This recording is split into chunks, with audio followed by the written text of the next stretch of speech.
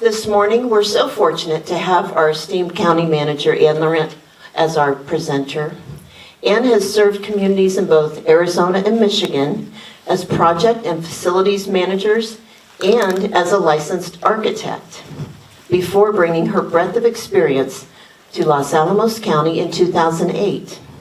Ann started as the Capital Projects and Facility Director for 4 years, and then became the Community and Economic Development Director, followed by Public Works Director. She also served as the Acting Deputy County Administrator for a year during that time. In her 16 years working in local government, she earned her MPA from the University of Colorado, Denver, and has overseen many of our community's largest projects, including that beautiful municipal building, Pajarito Cliff Site, the Justice Center, Animal Shelter, White Rock Visitor Center, Nature Center, White Rock Branch Library, and Youth Activity Center, and the Golf Course Clubhouse, to name just a few.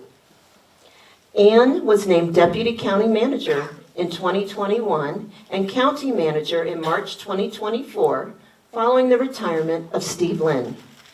She's an International City Manager Association credentialed manager candidate, project management professional, and a certified economic developer. Her leadership, management, and technical expertise has generated positive results and change in the community. Please join me in welcoming Ann Laurent.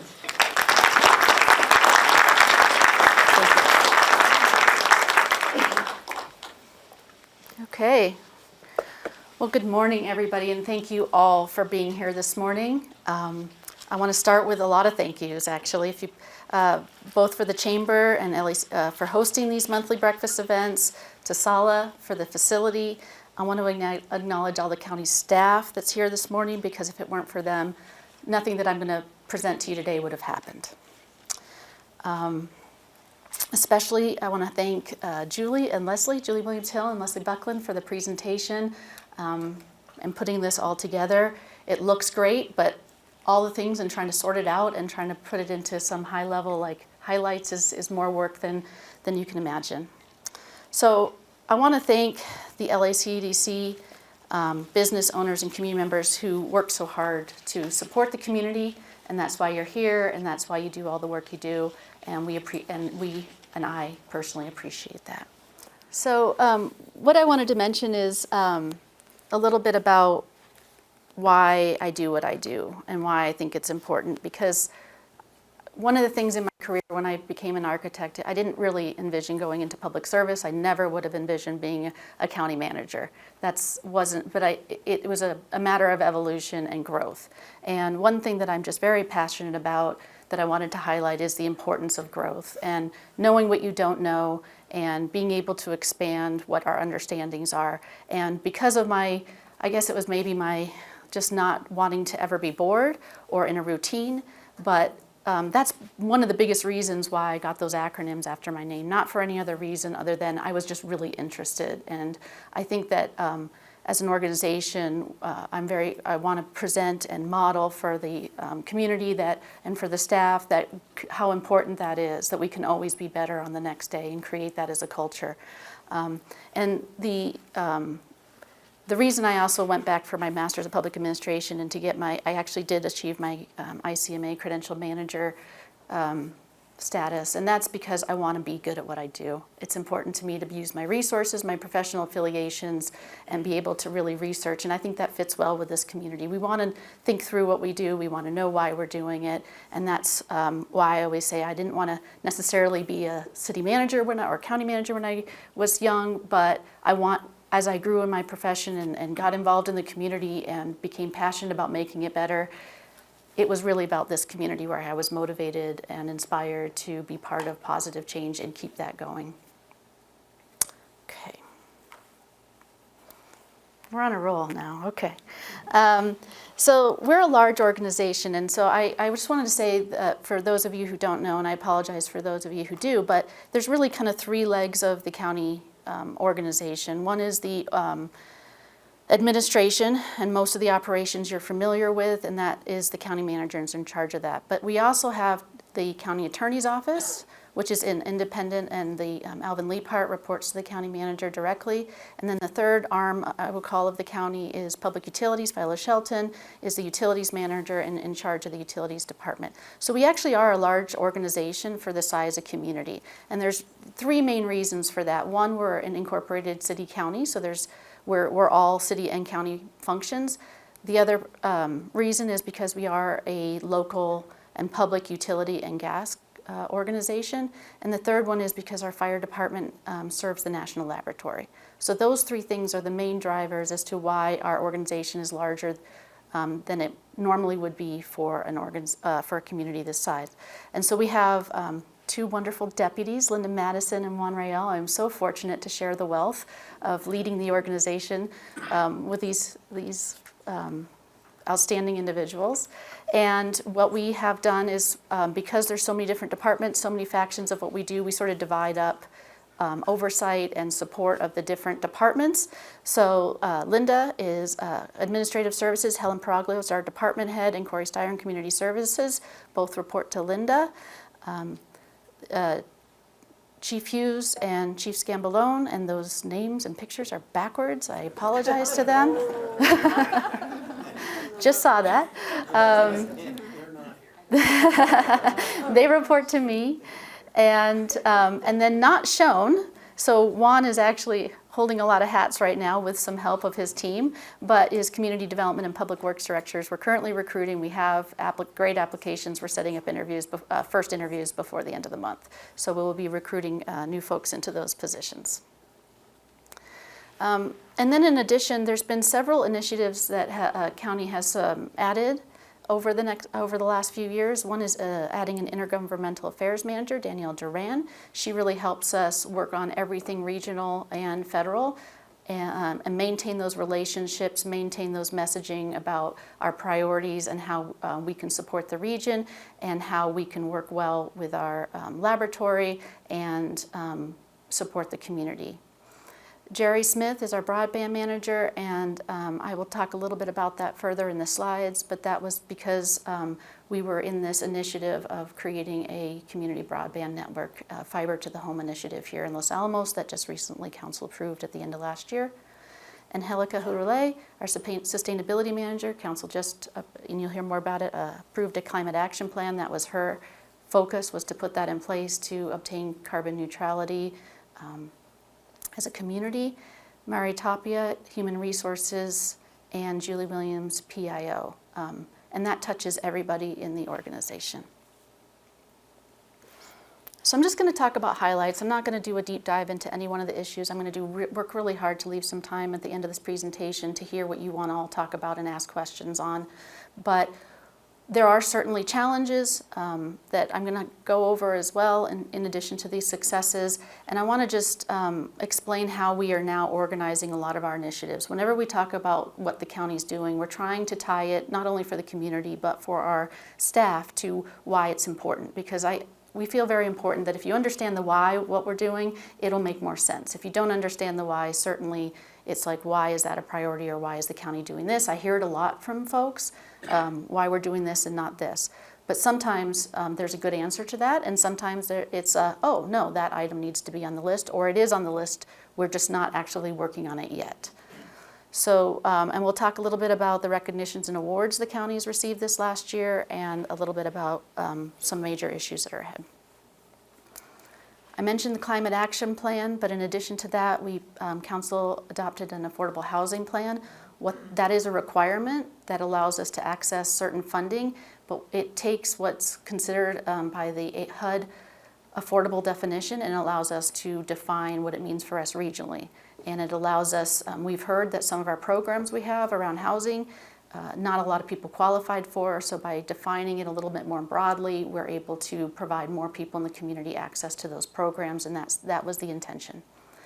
I talked about community broadband, and in the utilities department, I will defer any detailed questions to Philo, but the Foxtail Flat Solar and Battery Storage Project is in the works, and we're hoping to have that up and running sometime in 2026, so that's exciting.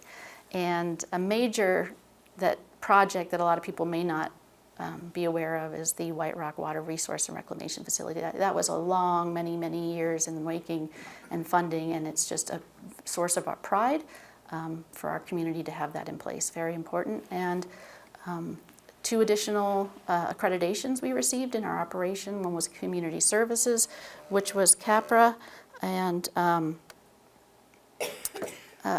for our operations, it involved looking at all of our facilities, coming up with an integrated master plan of how we're taking care of them. A lot of those projects are in arrears and we need to catch up still.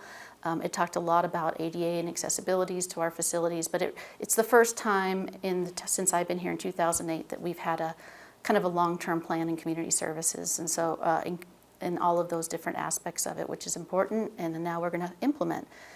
And then the Department of Public Utilities worked on a certification through American Public Works Association and did a lot of, couple years work out, Philo, to put together a bunch of policies and procedures and just double checking in how we can make sure we're being the best we can be operationally in utilities. So the challenges shouldn't be any surprise to anybody. It's really affordability. We heard it in our community survey, and we know that there's not a large inventory of housing. So we have some exciting projects I'll talk about both locally and regionally that we think that we will help that coming up. And for the traffic safety, I think we've all heard some pretty tragic stories over the last year about some fatalities, and we're working with the DOT, with the laboratory on evaluating certain areas for road safety improvements. We're also talking about wildlife and some of the hazards wildlife is causing on some of our roads. So that's going to be an ongoing conversation. It's also spurs into many other subtopics like park and rides and maybe a downtown transit center. There's a lot of ways that we can start to address this, making housing close to transit, anything we can do to incentivize use of public transit. All of those things are part of addressing traffic.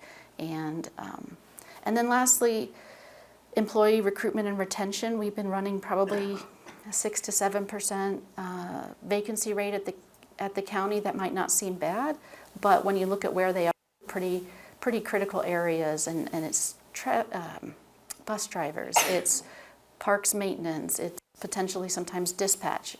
There's pretty critical areas, they're front line, there are a lot of labor positions. We know we have a state issue and even a national issue in some of the workforce wanting to go into some of those. So working on at a state level and regionally on workforce development with our partners and trying to grow the next generation of workforce is going to be very important for everybody, not just for the county.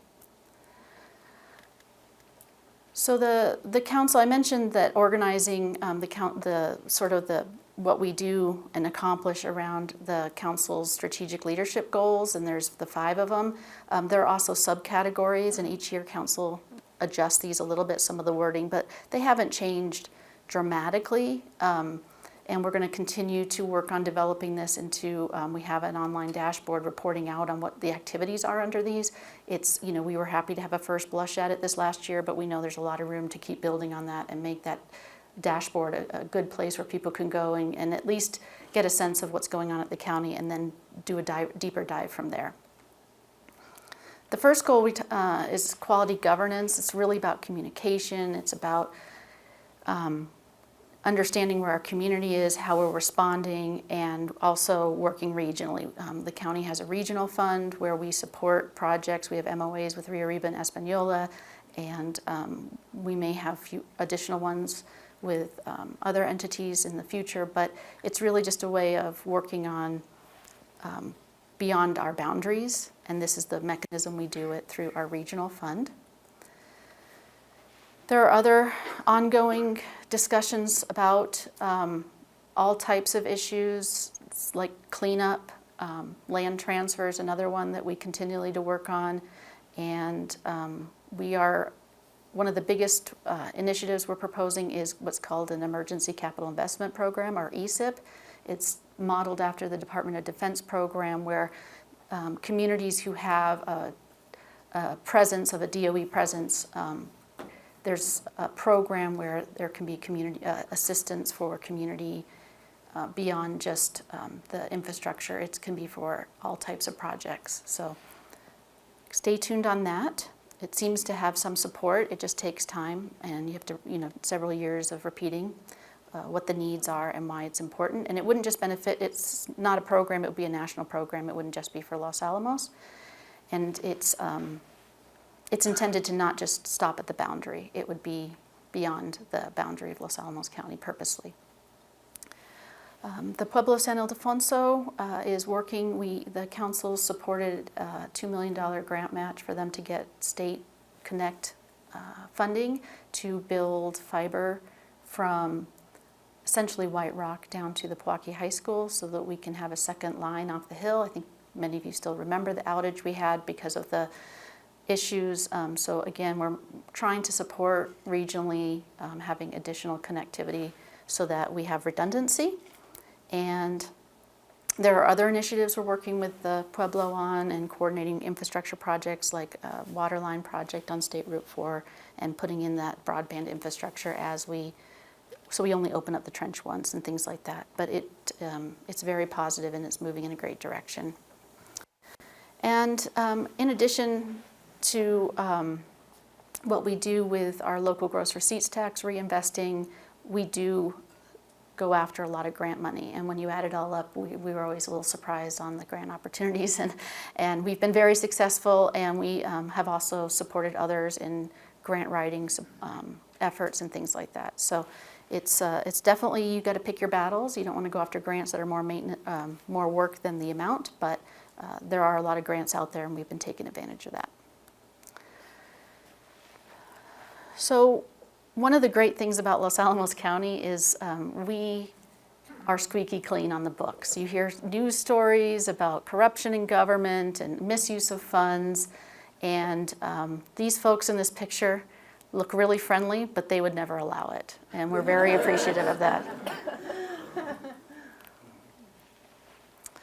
I talked a little bit about the NCS, or National Community Survey results. It's something we strive to do every 2 years. It's a standard survey, so apologize for some of the quirkiness. We try our best to make the questions be as logical and clear as they can be, but we don't generate all of those questions. The intention is to get how we compare to other communities in the nation. And so we are comparing ourselves with other communities who have the resources to even do the survey. So there is a little bit of that if communities don't have the resources, they're not doing the survey. But it allows us to kind of benchmark not just against ourselves, because we all know we want to be an A++ on everything community, but I think it's also good to see how we're doing compared to others, and also keep national trends in mind about we're just seeing what maybe others are seeing as well. And we do very well in several areas. We've seen a lot, some increases as well. It feels good to feel like we're getting out of the pandemic slum and getting a little bit back to some sort of new normalcy with how we engage on some of these topics that we fell behind on. And we, on the outreach and vacancies, we've just taken a very aggressive approach of putting it on every social media outlet, asking staff to promote positions and providing as much flexibility as we can to get the word out. And it seems to have worked. We're getting a lot of applications in. I think sometimes what we're hiring people, it's really sometimes keeping people, and I'm sure you all are experiencing that. They just didn't anticipate what the housing situation was, or they found something, relocating was a little more difficult, or their significant other couldn't find a job. Some of those things still really exist. So we're having great success recruiting, getting people interested. It is still sometimes hard to secure and get that recruitment to stick for a longer term. We've also really invested in trainings and bringing in all kinds of different opportunities. I know we have a leadership academy that's very well rated, and we've expanded that to leadership power skills, and then also travel and training, maintaining those budgets to make sure that we're, again, staying up with the latest and greatest, and things are changing more. I mean, there's an app for everything, there's a new, better software for everything, so we have to be a little judicious with that, but we are trying to be flexible and not be, hey, we've always done it this way. You'll see in the upcoming budget hearings that we've got a few suggestions on maybe some updates on some of our softwares and things like that that might help our engagement. And yay, we have Shanna Sasser here. She's our academic development administrator. She's front row, say hi. And she's working hard to hire for our program manager position. I think she's reviewing applications now and setting up interviews. And we have affordable housing plan, and that, a little more detail on that. The estimate is wanting to add 1,300 units to maintain the status quo, 2,400 units to sort of keep it, actually improve our situation in terms of making units more available. That is a little bit of a modeling based on the fact that what the growth percentages are, anticipated growth are, and then how many of those would want to actually try to, how many folks would want to live in Los Alamos versus it's not their desire to live in Los Alamos. But I will say that I understand, the laboratory's growth has tapered quite a bit. It's not as aggressive as it was, and they've sort of found their new normal, and most of their recruitment at this point is just turnover similar to the county, where we're experiencing more turnover than we had in decades past. The exciting new projects for housing that I mentioned earlier was the county owns property on 20th Street, and then what's called A8A. If you take a right by the senior living, the Bluffs on DP Road, there's another mesa it connects to that hasn't previously been developed, and we received proposals on both of those properties to develop largely housing, a little bit of mixed use in terms of small retail to support the housing development, and we're working on those agreements. We anticipate bringing those to council this year, hopefully the first half of the year. And then in Longview, I believe Mr. Gursky is closed on his property, and I'm not sure what his breaking ground date is, but he does have site plan approval for 27 new townhouse development down in the Longview area in White Rock.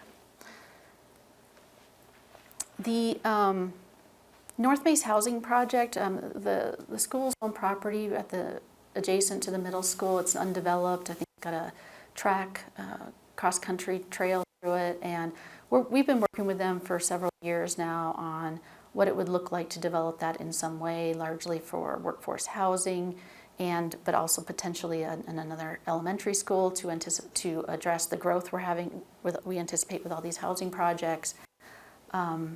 But we took a pause from that for a variety of reasons, but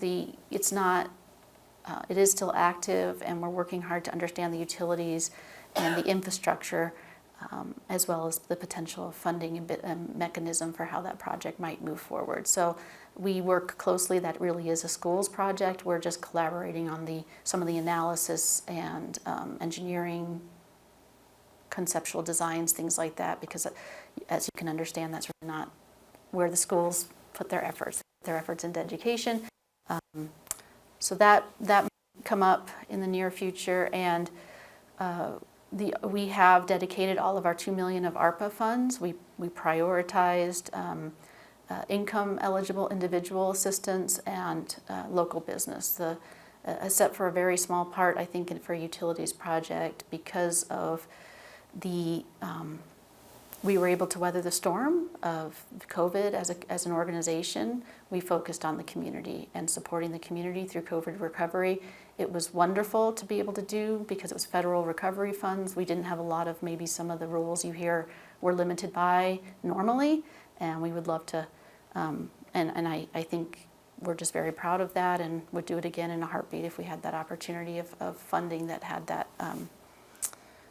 And then there have been, I know we're all devastated when we hear a local business that closed, but we have seen a continued amount of new businesses opening and getting business licenses within the community, and I know that we're going to have more conversations about that in the coming year about what that looks like and how we can do better. DP Road. So the county does own some property down DP Road, and we've talked about how to develop that and how to make that available. A lot of it is not, we wouldn't intend to do for housing. It would be more industrial type use or commercial type use. It got delayed, those plans, because the lab had to do some additional cleanup, and it has 4 years later been returned back to us. But the council approved all new utilities to go down DP Road, new sidewalks, and it's looking great. It's anticipated to be done this year, and we also added some additional infrastructure for concessionaires at Ashley Pond. Probably needs a little beautification still, but we're working on that. But it's been successful to allow the food trucks and support concessionaires for the events at Ashley Pond to have a way to just park nicely and have access to utilities. So I mentioned this already. I hope we all agree that it's always been a tough environment in this community for many, many decades for business, and it's a tough nut to crack. And I think the county really wants to play our part, and I think we're listening. I think it's a matter of how you get the right recipe, and we've heard a lot of different things that might be helping, but I don't think there's a silver bullet here. I heard Dan Osborne say it's more of a shotgun approach than a silver bullet. It means there's so what type of business and what their situation is. There is all kinds of different types of issues or challenges, and so getting our arms around that, talking about that, and how we're working as partners on that is going to be really important. Believe it or not, we're having to update our comprehensive plan. I don't think we anticipate it being an all-new comprehensive plan like we did last effort. It's just that every 5 years it's time to revisit it, and there are some things that have become antiquated that need updating. So that is one of the major updates that we'll be looking at doing. The MRA is a collaboration, our Metropolitan Redevelopment Area. We established one in White Rock in the Longview area, and we established at least a boundary for the downtown east one. It's an ongoing conversation. There's a lot of questions. There's a lot of, what does this mean? How does this really help? I'm working on some additional communications on that to help people understand it. I've had new counselors say exactly what is this. So there's going to be more discussion coming on understanding this and maybe what it means, not just as an act by the state, but also what it might mean for our situation here, and be a little bit, have a little bit more of a granular conversation on specifics, because I feel like a lot of that, not knowing what the specifics might come out of it is leading to some of the concerns of what it might or might not mean. And then the Sherman Rounds project is actually not, that project, even though it is in the MRA, that's the Mr. Gursky's townhouse project in White Rock, in Longview. It's got a site plan approved, it's a private project, it's in the MRA, it has not received any MRA funding. So to date, the county doesn't have any projects that are MRA funded. That's largely for a couple reasons. Primarily because the county doesn't own the land, so that it doesn't take away private land rights just because we establish an MRA. There are other MRAs in other communities where the municipality did have a lot of public land and was able to do certain things with it that they wouldn't otherwise without the MRA. But right now, all the county has is just essentially the public right-of-ways for the public roads through the MRAs. And so, keep going. So there's a rehash, and thank you, Ellen Felton, for all your work on this. A relaunch of the visitlosalamos.org site is fantastic and highly recommend it. It's just really, this whole slide is about the importance of tourism. I was asked recently by the Leadership Los Alamos class about, well, what can we do to not be so dependent on laboratory gross receipts tax and diversify our economy? And the answer really is tourism. And we've been fortunate. A couple years ago, we saw a huge influx because of the Oppenheimer movie. We're still seeing it's not as acute, but we also know there's other reasons people come to the community. We've got Bandolier, we've got fantastic museums, we've got summer concerts. There's a lot, we've got Sala. There's a lot of reasons to come to the community. We have a lot of potential to coordinate them, market them, and then also work with our local businesses on some of the timing and things like that of how we can all better support each other to support our tourism economy. Yay. Okay. Community broadband, for those of you who might not be familiar with this project, it's essentially the county has committed a project to bring fiber to every premise, and that means every structure that is inhabited that might want internet service. It does not mean that the county is not going to be an internet service provider. We will not. We're just going to provide the infrastructure and then access to different ISPs to provide service over that infrastructure. So basically, it's a subsidy. It came out of the state saying, and through the pandemic, of saying that this is an essential necessity to keep people connected. And it allowed us to sort of invest in the infrastructure and then contract out the oversight of that, allowing people on for the management. So once that's all online, it'll be done in phases, it'll be neighborhoods at a time. It will not be the county sending you a bill. It'll be some internet provider that you choose sending you a bill, just like it is now. But it should be reasonably priced and similar to what you might see in an Albuquerque or a Denver or municipality where there's competition. And it should be very good quality, and we're very excited about it.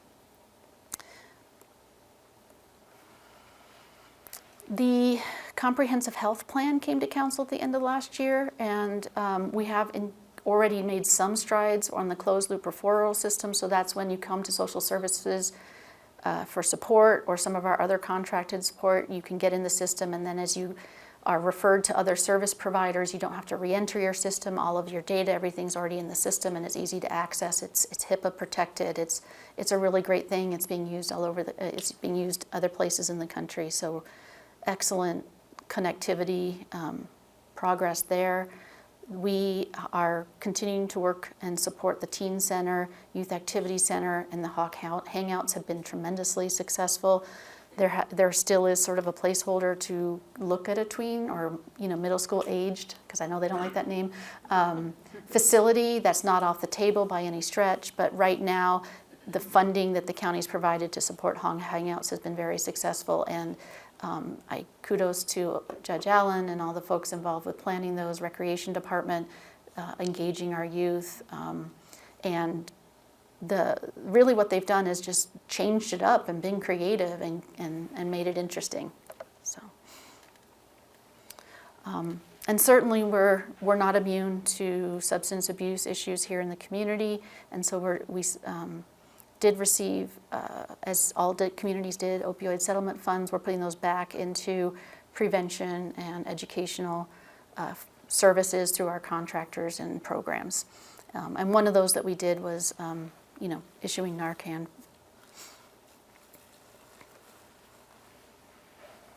Council did form a new task force last year for inclusivity. They've met several times now. They're addressing a lot of different issues, and we look forward to hearing what the recommendations will be to council sometime this year. And we also are really focused, we did an ADA audit of a lot of our facilities and implementing just accessibility improvements. It's something that you fall behind on. You're not required to do it until you change it, but as we change it, we're just putting an extra emphasis on making sure it's accessible. And about the skate park, about the golf course renovations, and we did put in a temporary chiller. We still are working on the final chiller. It should be 2 or 3 times capacity what we had before, so in and of itself it'll be a huge improvement. And then if you're not aware, there's ongoing community discussions right now about a cover and what that should look like, and we'll have those discussions with council when all that process has wrapped up. Multimodal is part of ADA as well, just providing access and different forms of access to our public right-of-ways. And we did receive a lot of kudos for some of the improvements. We've got the urban trail ribbon cutting that's going to be soon in February, Leslie? Or? Yes. Okay. And then the dormitory, this has been a source of frustration for a lot of folks, how long this has taken. In 2019, the county purchased this facility. It's the former Christian Science meeting hall, and we purchased it, and we've been working with the State Historic Preservation Office. We've been working with our Manhattan Project National Historic Park partners and our Historic Preservation Board and getting it through the process. The first step was achieved, and that was a rezoning to allow consideration of the uses of a park and visitor center for the Manhattan Project and exhibits, potential offices, but not necessarily housing for staff or anything like that. I've heard that, but no, we're not housing any county staff or employees here. But it's going to rehab and preserve this building, and it's going to improve the site, and we are well aware that it's in poor shape, and we do have a funded project, and we hope that by the end of this year we're starting that project. Oh, did I miss anything? Transit hub centers is a little bit, not sure what the exact answer is there, but we were working with the laboratory and others about creating a new transit hub. I know some folks would like to be able to take public transit without going through the transit hub at the laboratory, but the laboratory and their park and ride program really is going to need to maintain that. So somehow we're going to have to look at have a better definition of what the need we're trying to meet. One of the things that we haven't pushed on this is because we just haven't been able to expand our service because of lack of drivers. So part of, that sense of urgency isn't there because we can't provide the additional service. Our library is fantastic. People appreciate it, and we will keep it up. So it's the NCS Polco consultants that I've just never seen a rating like 97% about something. I mean, you all really love the library. So I mentioned the urban trail. There is ongoing conversations. We had a lot of open space and trail and management plans that we are trying to consolidate into one plan. So if you haven't paid attention to that and are interested, please engage in that conversation. We hired promoted a new deputy police chief, James Rodriguez. And again, public safety, 97%, fantastic. We're very fortunate to have the public safety support we have. And I think with the what's going on in California, I think that kind of triggers something for all of us. And even before that, the fires in California, we are working on Wildland Urban Interface Code, which is largely tied to fire prevention, fire hardening, which is then tied to how homeowners insurance or insurers might look at our community. So getting some of those things in place to protect our community from the threat of losing insurance. We didn't start this initiative, it's at the state. We just don't think the state's moving fast enough, so we would like to try to do something in short term for our community, and then once the state does that, we, like most of our other codes, we might just go with what the state has adopted. And then we're still working on the Jemez Mountain Fire Protection Project. We've got those first phases going for undergrounding electrical and getting a new water line up to the up to the ski hill. There's still some funding challenges and grant challenges. We're trying to get the last piece of the funding, but we are moving forward. Council is considering a wildlife, no feeding wildlife ordinance. It's still in discussion. There's a lot of nuances, but it really just is not good for the wildlife. So that's essentially why we're looking at an ordinance, is because we have some folks that are well-intentioned, but they're not doing the right things by the wildlife, and the Game and Fish Department is just very scarcely staffed and has asked our support in that. And I know if I got a knock on the door from a police officer to say, please don't feed the wildlife, I would say yes, sir, so, or ma'am. And there's a warning process, so it's not intended to be like this big scary thing, but we are having trouble with a handful of folks that don't want to comply. And then we have installed a fast EV charger at the municipal building. We have more coming, more locations identified, and we also have funded, the council has funded a transition plan for both the county fleet and also for the community, that what infrastructure might look like to get that in place for our community. There are a lot of communities that have put a lot more infrastructure in than we have. Reservoir, that project, the restoration is done, and that's very exciting to have that done.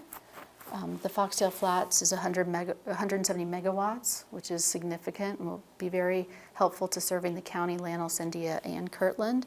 And we are actually putting all of our county facilities into monitoring and into software to monitor our energy use and make improvements for county facilities to reduce our energy use. And amazing stats. potable water use was down 78%. That, I think we know that it was a wet year, so that's part of it. But we also think people are changing, the education's working, people are changing their landscaping, they don't want to pay to do the lawns. We're expanding our potable water, our reclaimed water systems into some of the parks.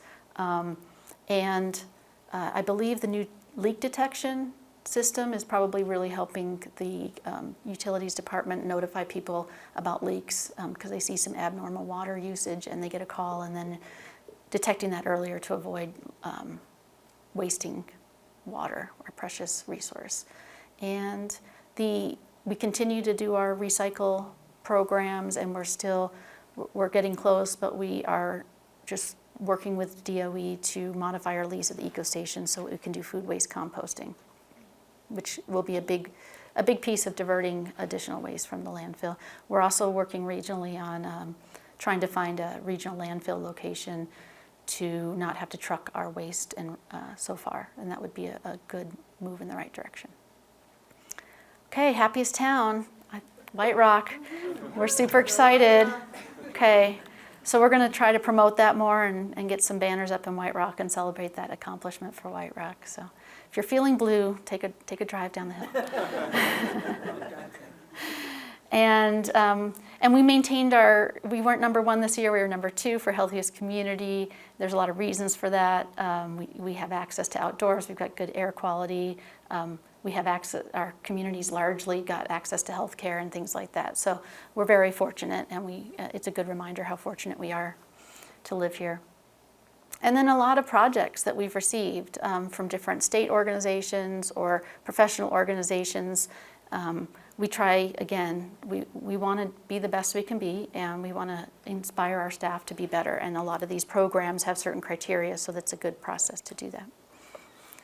So I mentioned, I think, through the presentation, looking ahead, I'll leave the rest for questions, but I just want to, again, thank everybody for the caring of the community, for wanting to do right by the community, for taking the time to engage, and not just once, but you have to engage multiple times because decisions don't get made quickly. And then we also revisit issues given different circumstances, different type. So we're going to do our best to be out there more on social media. We're trying to figure out ways that we can get the word out more. We're not trying to hide, but we understand that everybody's busy and everybody has different ways of how they receive information. And I know I personally get overloaded by emails. And it's an information age, right, where it's hard for us to keep up. But let us know how we can help. And with that, I want to know if there's any questions. So thank you, Ann, for a really comprehensive presentation. A lot of exciting things going on. On the recruiting and retention, my question is, are you working with the schools on possible career pathways for future jobs at the county? And also the Lionel Foundation has a very active program in career pathways for the region. So if you haven't contacted them, I encourage you to do so. Yes, I would say that it is part of our conversation. We meet monthly with UNMLA and LAPS leadership, and Ms. Sasser has a lot of conversations ongoing with all these organizations. Could we organize better around a mission? Absolutely. So I think, we would like, from what I understand, getting a little more focus around what we're trying to accomplish and how we can get together and create actions. We're not there yet, but the community colleges play a role. DOE plays a role.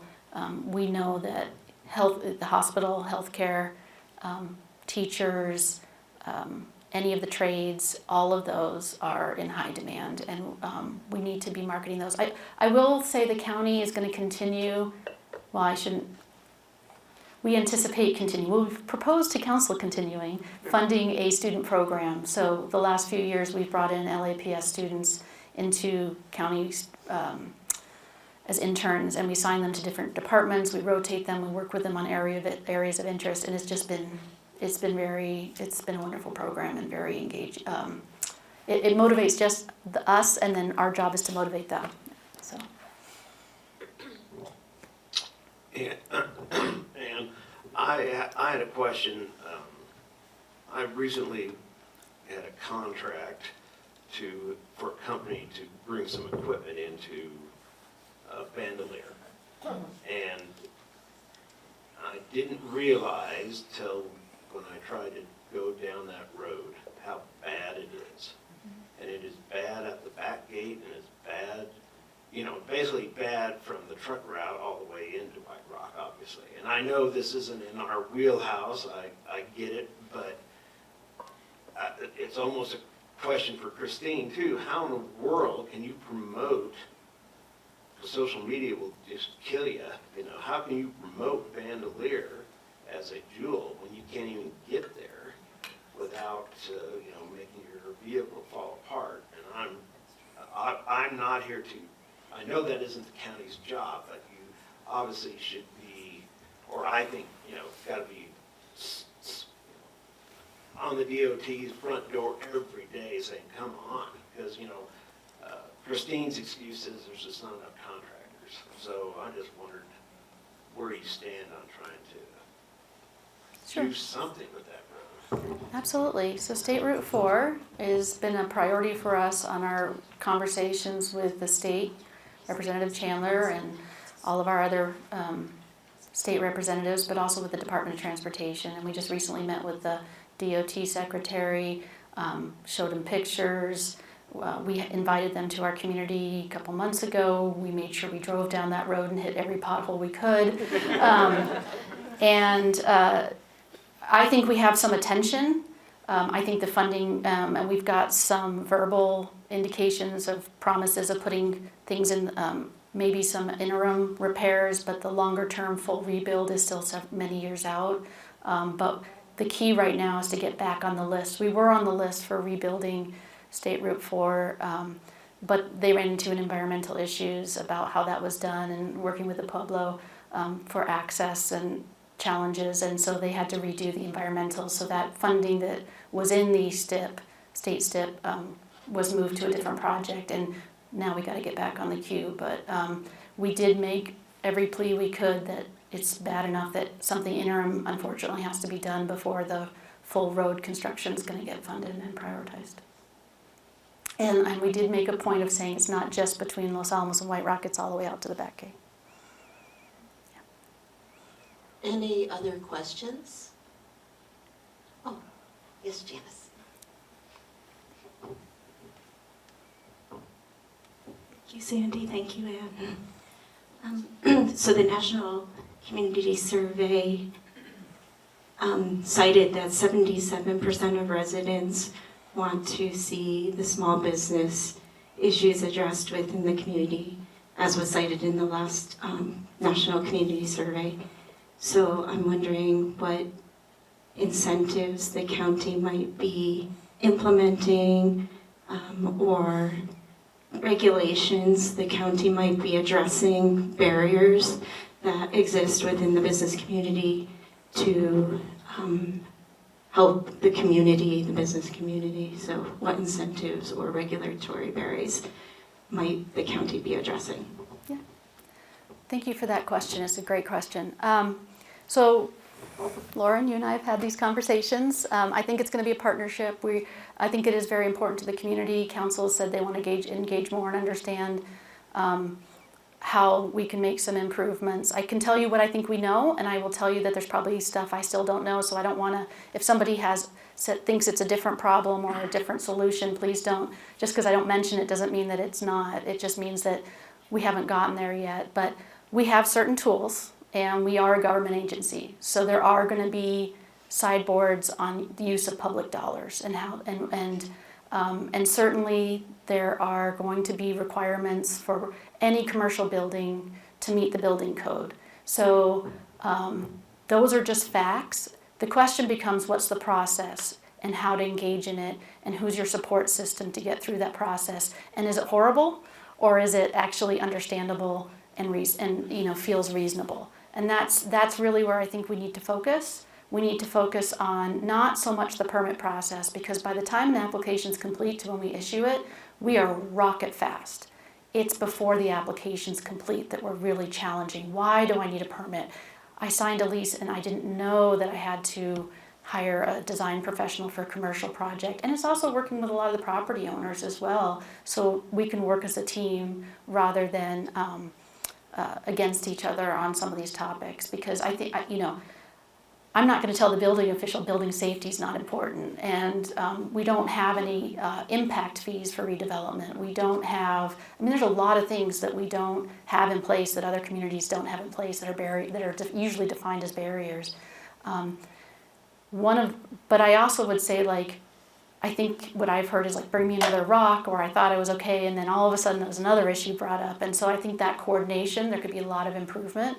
I think we need to understand that some of it's the utilities department, some of it's the fire marshal, it all gets coordinated through CDD. So it's, we need to better figure out how our staff interacting on the first can be, and our manuals and things can have a lot of that information, and then working on access to design professionals on kind of answering some of these questions, because they don't all have answers. Some of them are conversations, like, what do I need to do? Well, the answer is going to get, well, what do you need to tell me what your project is, and I'll respond onto what the code says about that. So it becomes this chicken and egg conversation, and then that feels like we're not being helpful. So we certainly in those conversations can be more proactive.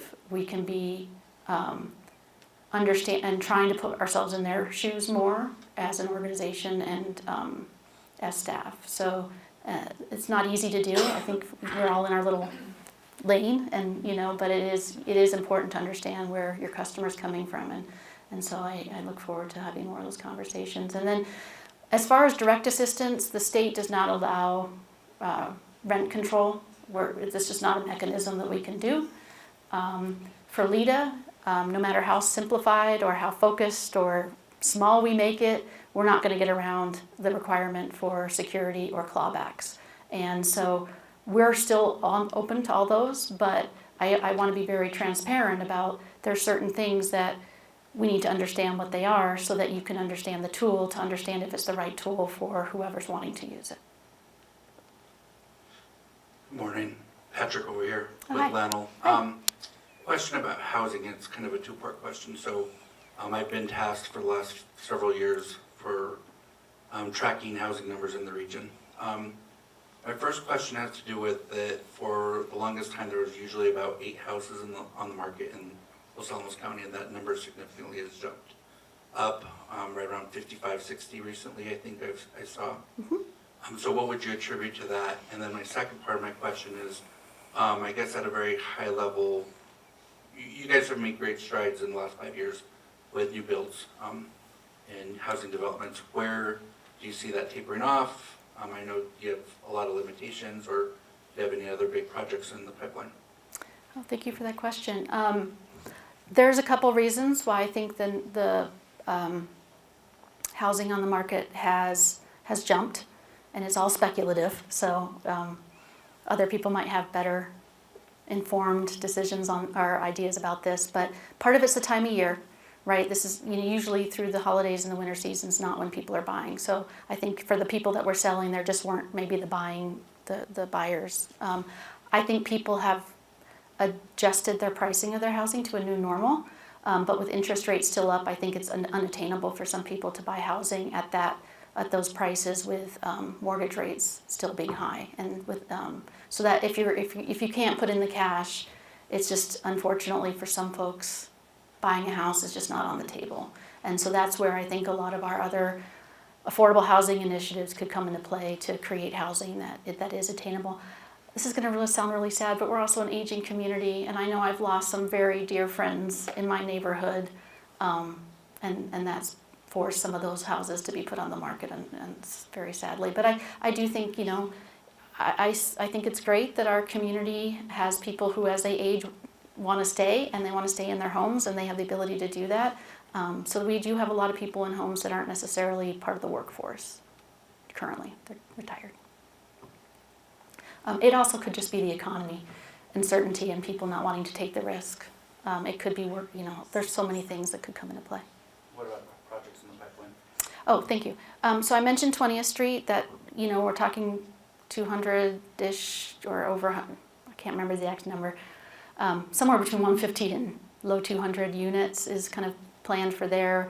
For A8A, it's going to look, we can get over 300 in a variety of different types, everything from townhouses to more apartment styles. But the single family detached is not going to be kind of a product the county can support in terms of affordability. We don't have the land and the cost of construction. It's just not something we can do. And then there is one other project that we're talking about, North Mesa and some other ones. And then, the Hill Apartments isn't open yet, so cross your fingers early this quarter. I know they're trying. We have a question up here. Hi. Hi, Ann. So you talked about retention of county staff. We've heard a couple questions about housing.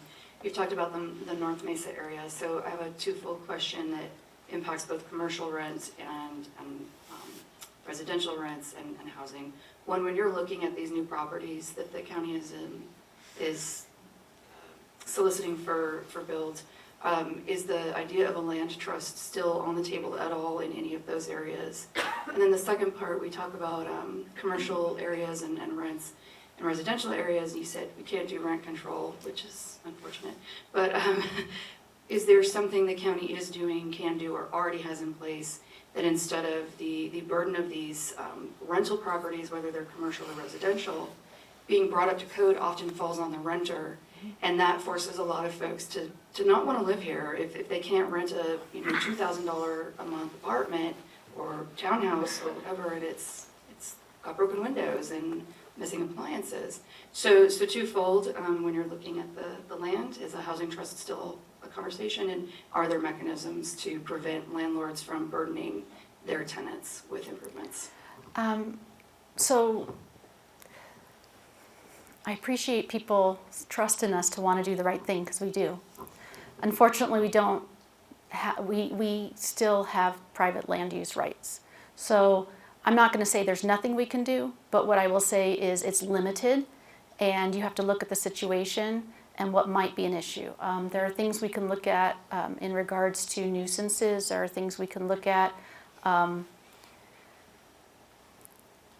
in general, the county has no standing between a renter and a private landowner. That deal or that transaction doesn't involve the county, and we don't have standing in that. But if there is a issue of public safety to be addressed, you saw us issue the clean and lien for the Hilltop House, former, and we recovered that money that was paid back after we liened the property, and that property was approved planning and zoning for site plan approval. So that project is moving forward. And then I would just say competition is really kind of what kind of market we are in, we're a capitalist market. So part of the reason we want to spur redevelopment through LEDA or some other agreements where we can participate in things like public improvements, things that end up being public infrastructure, affordable housing, certainly something we can participate in. Things that we can define as public benefit that meets the standard, that case law in New Mexico.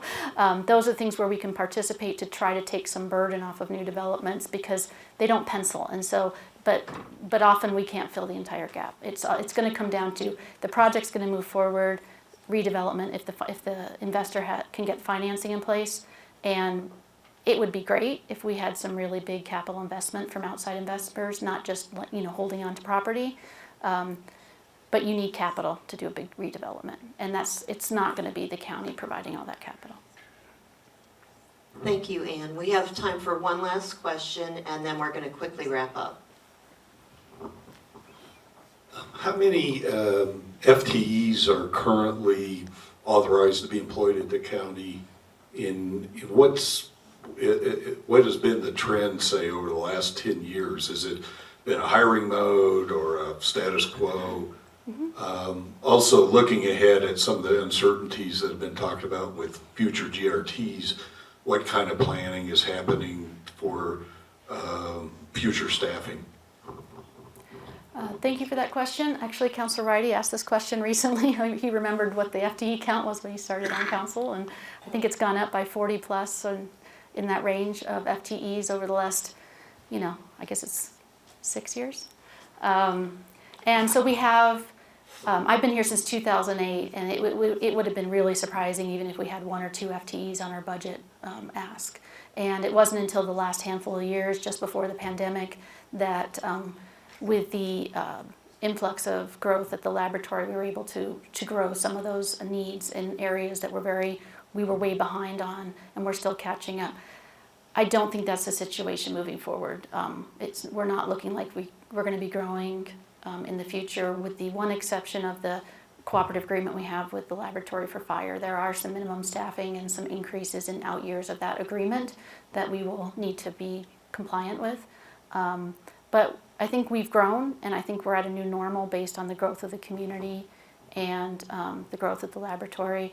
So we're reining back on that. Does that answer your question?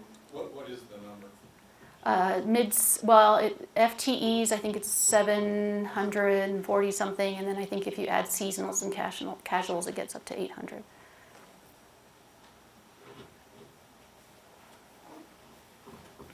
Okay.